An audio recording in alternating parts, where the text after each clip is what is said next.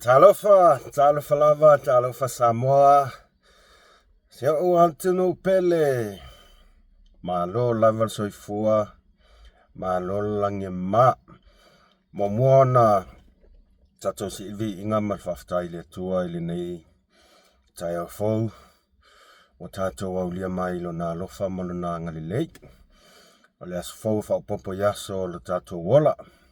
Ia o telangona li na ua manavanga luenga i na Amerika ia au faso solo fo in fa iunga luenga i na Australia New Zealand ia lefto ala fa mai so matoi tu amatanga fo iunga luenga li nei aso mai o tau ia fatalo fa tu malanga mawalalo se watunu pele Samoa mai se pa anga masani amus mal faso le na yaso tanto no lo manu o to le alofa maleanga le le le tato tua fatalo fatu pa ia o tamama tina matua o lo la to faia pea le faiva o le tatalo ia o alo atu fo ile au malosi fe au manga benga ai le ngata ilea ia le ainga salevi ya o to sunga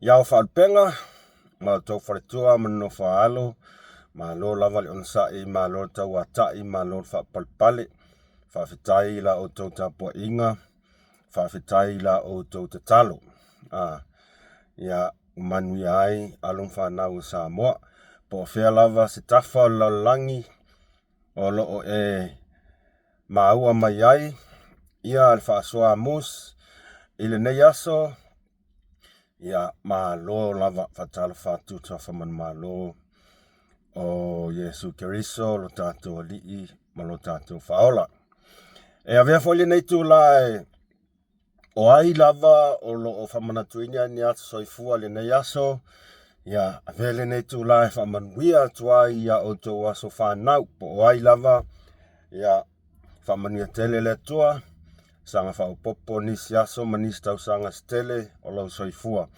ia wala wata to maftanga ile nei langi le tu mau ai avea fo ile nei tu lai o tatono lo yai foi ni ainga o lo fitia ile au pongsa ile nei le nei aso ne vai tau ona o le malanga maliu maleoti ia fana le ngang o le tua ia te oto am ie woti o ile li am ia fo ie fa no o fa ma fana ina ila to ia lo fa le tua mai ai le ngang o fia o i lava ina ia o ia vala aua to ititi ia lo tu ua lava i tatou to tele le nei langi awale fa tau no ina ni si mafe au ngaluenga ua to fia ina i tatou avea fo ile nei tu la momolia tuaia lo faanga i se tasi o pa anga le mus mafasoa o lo maua tala o lo fa ta otolia i ngase altino ia taitonu elo tinga ina ai o le tina ia mai tole afoa o lo fianga ia mama altino ia o Amerika California Amerika ia ile mana o le tua ala ia li imata mai tai fo mai awani tonga fitinga talfeangai o ani ngase o mawai oe ia pui ma ia talo ina ia tae fa fo sia lo malosi ia wam tiute ma fe au ngaluenga o tofia oe se tasi lo wafo pa anga masani tato mus malfaso na fo uma na ia le sau na ia na tau fainga anga lailanga YouTube le tina matua ia mai tole fo ia lo fale tuom to fa fo sia malosi ia wa tiute ma fe au ngaluenga fe anga yai ele i tato tele yo o tato fasoa Samoa ele tunu pele pa anga masani mus avea le nei tu la al mele ipe kasi pe luope kolwa so ele la kus faso pe au a ko kau sanga whatever ta tele toi whaasoa pe lua e pe tolu aso mise tats whaasoa ai ona ole suesue malosi lava ole over for yard fia ai avele nei tu la e momolia tuai malenganga mawalalo mus mal whaasoa se whaatoe senga whaatoe se atuai il pa ia mal mamalu o ila tau o sa tatou fia whaatasi se aso fo umawai ia etu sai fo I male live sa tatou fia ia e ai lava ila tau to tele lava tatou sa tatou fia pea no whai atu ia o le aso e a fo fia ia peitai wa vele over fia ma mea ua ia ua whai atuai ma whaali atuai ni winga ele tauan whaatino atu e musu mar whaasoa pe ole tangwhi ole ava ia ole te paa ia la mai moale malu se tatou atunu e fo si tina sa comments mai tina ia siana ole mauolo ngoa atoa siana ia ma whaali mai fo ilo na ia fina ngalo ia e morning wha maoni whawhitai tele mo apompo inga ia o tatonu e to tele a tatou sa tatou fia petai e iailo tatanunga sa iai nai tina matua ia e maise foi ia ole pa ia man malu ole o nai whawhenga o tatonu sa iai ila tau sa muli mawina lea live ia ole o kango koe ku idalo ia le kele o viewers ia au e sili lava tu ilano ai toi ti mata style fo o lunga lava le over fia ia e peitai ia ulava ia molo tatanunga sa le tauna tupu ona o lo to tele na vana I pa anga mau matu manai woa mus mal whaasoa sa tato moli mawina le live le weekend o te wha mawalalo atuai malenganga mawalalo pole ase utou sila so to mai moa mai ia alofangia wha maangalo le toa tadi wha maangalo le au auna ia a tonu e au ngā e toi ti matai whaile penga e le ai lava se aso e fo e lau fia pea e tau lava nei le timu le ai fo se si o tātou e sao ma ato toa lalulangi le nei o langa atoa ia staimi e sase fo I oni sasi sa le fofoina o tau tino tu lava ua over lava fia over fia ia a fai foi sa sitilane ia ile fionga te mai tai le songa la fionga pandemia ia avele nei tu lai ia foi mol tuai ni malua vifale lo finangalo ia mo tatou sa mo malava wo mapa anga ia o taitonu o le atang whai lava mus ia lava le ona sai e whaafoe ei tatou whaasoa matatu nei ia lava le ona sai se ima tatou whaasoa ia na ia whamalolo fo kingo ia ai whamangalo mai se atonga auna paanga uma mus mat whaasoa mat tatou ainga whatutua I le tua sa motas whamangalo o te talo atu malenganga maulalo ia tau ola whangia tau au auna ina ia malu ave fale I la o tau finangalo so tau sisila mai ia ni tūlanga fo sa ia I tatou fia ile ina weekend ia ua ia sau fia pea na whai atu o le aso nei o le aso fia ai ia petai sa e tau lava ona whaitete ona lo si lamiole mamau e whaising ko akelo ko viewers manai comments fia but e ai lava lo taitonunga ia tate whaaloalongia fo ile mai moa mai ta mama tina matua e mo I lava ele o whaia mengina ko comments ia ngona fo se ngona fo se musu mat whaasoa ia tatou talo I ele atua tuatu ia te ia ina ia aua nei toi tula I mai lea hawhitauli ia ele umis kak whaasoa kasi al maka upula ke mga o kau whaasoa ai. Olea, ole Samoa Observer. Ole newspaper lea ale Samoa Observer. Fe le maoa e male makaukia o le levo le waiai le alu al kau whaasese. Ole whai kala pepelo.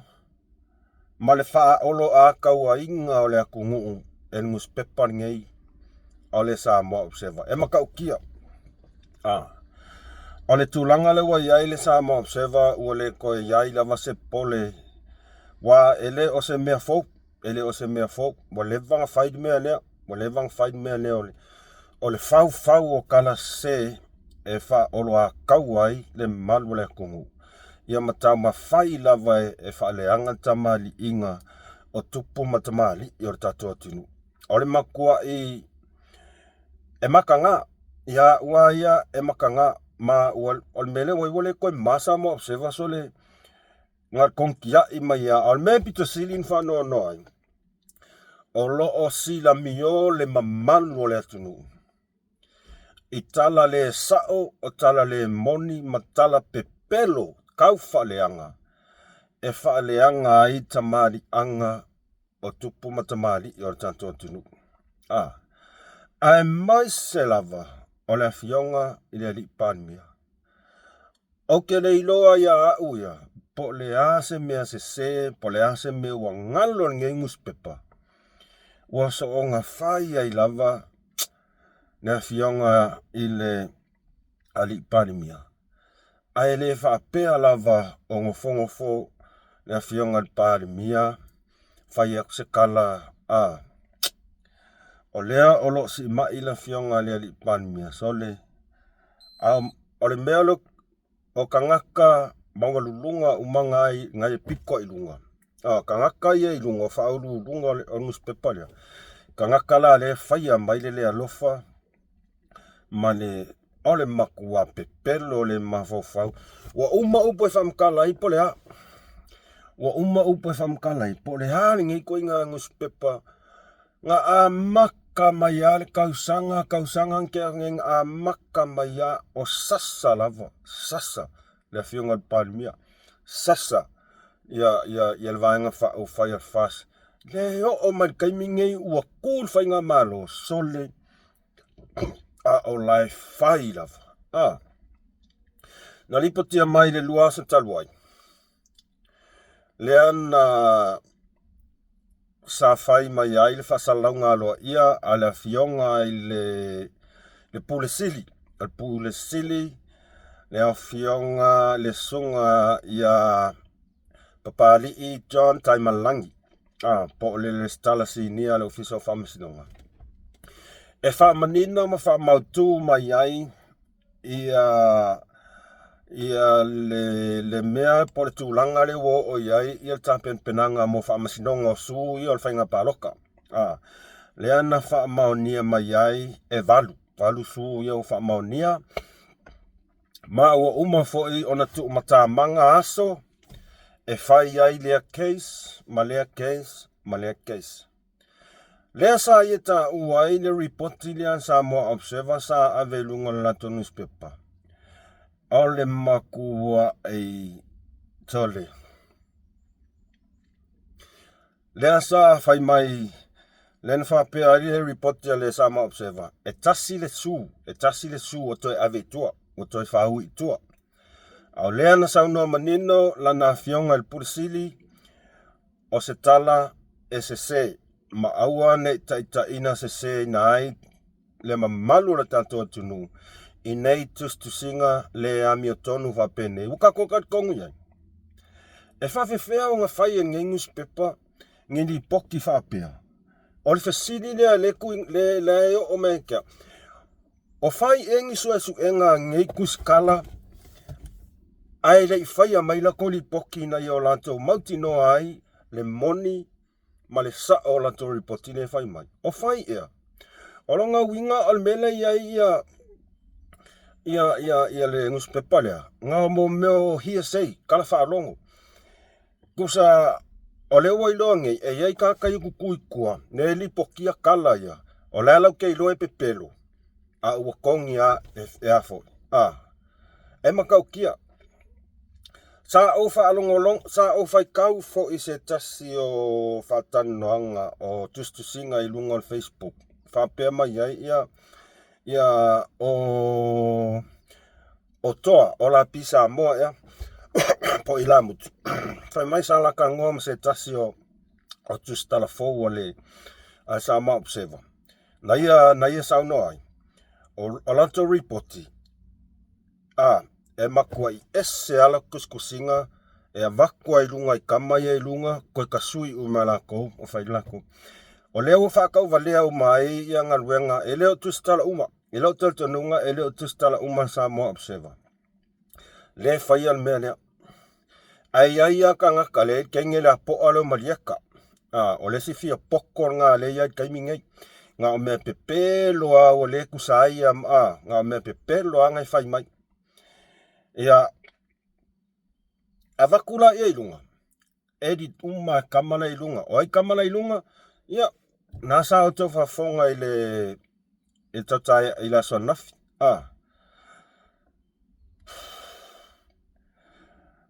Talo whai la fianga ya sano malifa. O lona fingi. Le ngofo malo ia o makaio. Le misio.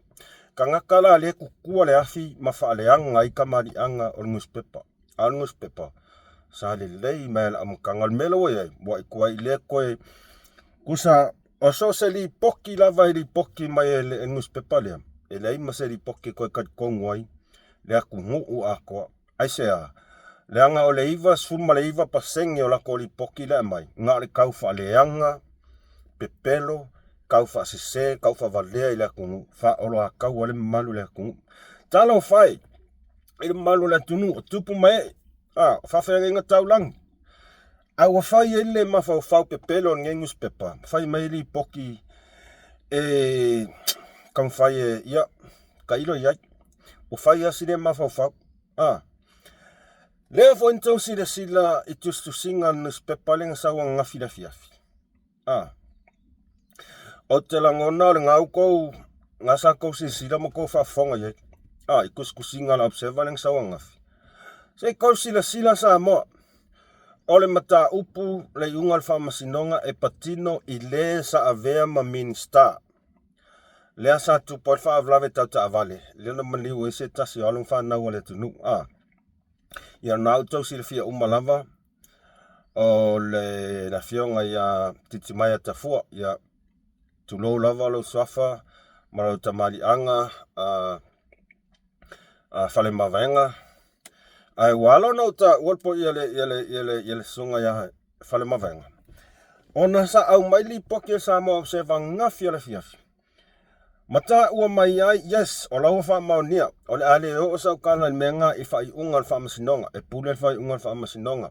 E toa tele fo I tala utu ina mailunga. E a fo I. E fesilinga ia ai. Le moni ma wha maoni wha I unga wha masinonga. Ia peitai. E le o se leo musi ma wha soa. Lea sa whai meli poti whai mai. Ua toe solofua.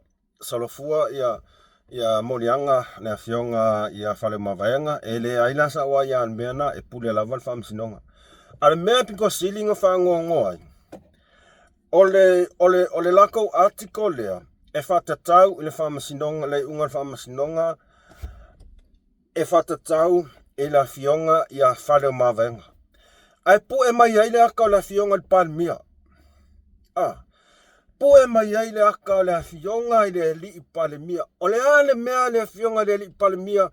O le ase soka inga le fionga le li palemia. Ma le article le whakakau whavlave e patino I le sa avea ma minsta. Ua leko iai ko kongu o se vaenga wha au whai ale fas. O le sapla iai. Ai sea lava ua ole sa mo observa. Au mai le aka le fionga la au del malitoa. Kuui ko kongu. O le lako article lea e makua I le ai ma se fesoka inga. O le lako li poki lea e le ai ma se fesoka inga I le afionga le li palmia. Se konsi sila I sa moa I le mea le whai nge le sa moa observa. Se kosi sila ila mea le ua whaia sa mo observer. O le ale fsota inga na fionga le ali palimia, ma le lako kala lenga ni poki mai. O le wha masinonga, o le whai unga e whatau le fionga i a whale mawenga. Ai pu e mai leaka le fionga la o le mani tua talo whai le fionga le ali palimia, olo o peangai peanga mana siaki i New Zealand. So le ai lea makua i sasa masa manga whaleanga mai ngengus pepa. Vai o kaka le whaiala mio le kusia. E kuai lava ai whai mai. E kuai lava ai whai mai. Ia wai e wakaun ka pungi.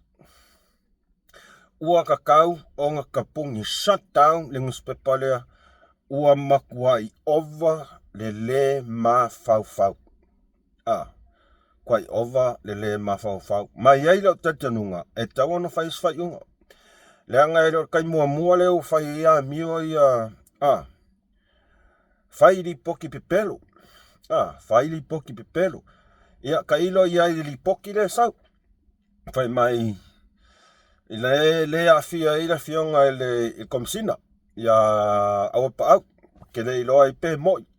Nga avese kusia awa pa au i o le observer. Ia. Le o skala. Al mea leo whai aku maukingoa. So le sa o li poke whakau ia whale mawaianga e kusia male ungal whamsingonga. So le aipu e mai leaka e ku umai ai leaka o le fionga i le ali palmia. Ia, tatou talia.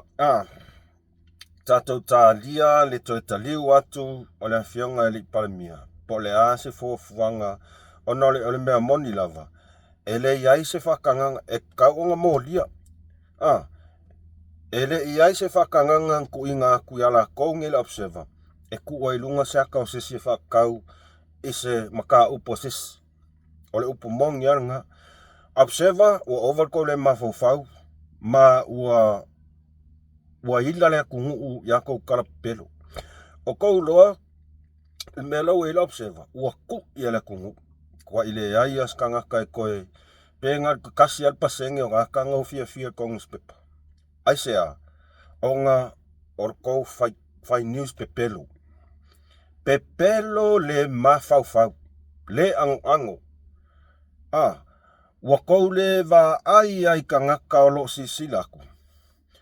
Ua sau wakou le pole se mea pau o le mea o le faleanga o ai mamai.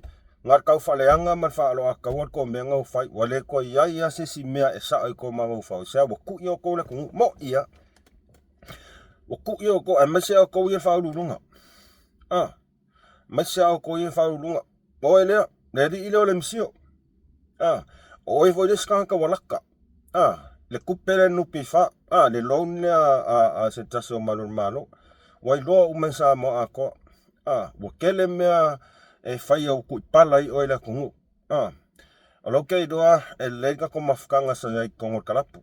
Peka ele avele me ku uai mo fai o le mea sao. Ia, kako kalia pole asei unga yo o yai. Asa moa, kako kalia. O le mea mo ia wakaun ka pungi. O ai le matanga luenga e wha sino tonu lava iai, po ai le minister matanga luenga e wha sino tonu iai le wha ingau o lai senge o ko inga newspaper ia malau wha salau. Ua kaunga, bang. Kaunga se ilai senge, ka pungi loa. Se iloa e momo ka ngaka, ua ova nanga, ua kau le lako ka, ai maise lava. Lea ua ku al whainga malo, o lea ele se sikako mea koe whai nei kaimi.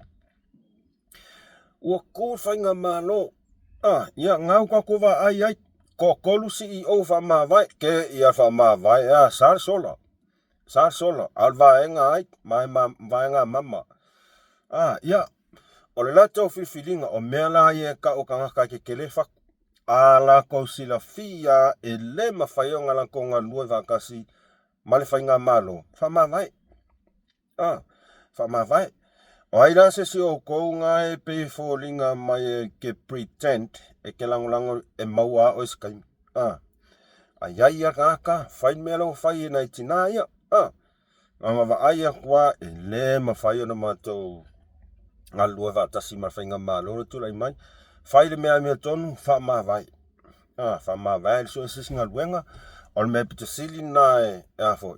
E le lei si sila le atunu. E au fo sia le mea wā inga maua. Ia, o le mea maua le sack, terminate, le koe fiu le koe so ngā luenga. Ia, o ngai mea ia sa mo observer, so le sewa lava ia ngā so le. O mai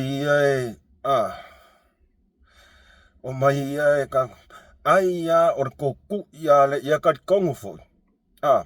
O au wala lava ia le akua whapea observer le manga ia. Au wala ia le atua. Inga ia fo fola kwa ia sa mo le observer kang ka pungi whamuka mo lia umakang whaiangiri poki ave whamsingonga se i manalai sengi ia tō whaso i fualo. O le mea pita sili na alofa iai o na yalo ma whanau fou la iti e lea foi. Lea e ua ulfale atu e whainga luenga. O te rangona e tawana whaifaleto ngā luenga. Au angi o koe folo ili au makua wala au makuanga. E leo mai ele au makuanga e whakaus whalawa malu ka mamalu ki ngā. Whailo ngā luenga ma whamaoni. Ma nai o le fesilia se tasi ma fini po se tasi to fini. Lai kiki o skenke longai fo. Le anga pingi sa o a ile taita i le tuangai. Wile kau ianga step down makua o ki al maku kakula ka pisa mo melo ai e whaali i koe inga. Whaali i koe inga. O mea la ngau kau kai velo sa o le sidi. Ngau ke iau whaali i ka mano. Ai nei loa o lo o sa o lava le sidi. Wa kaunga ea. Step down. Wa makua yoki lak pisa mo ya oe li papa. Kwa yoki lak pisa mo ya oe.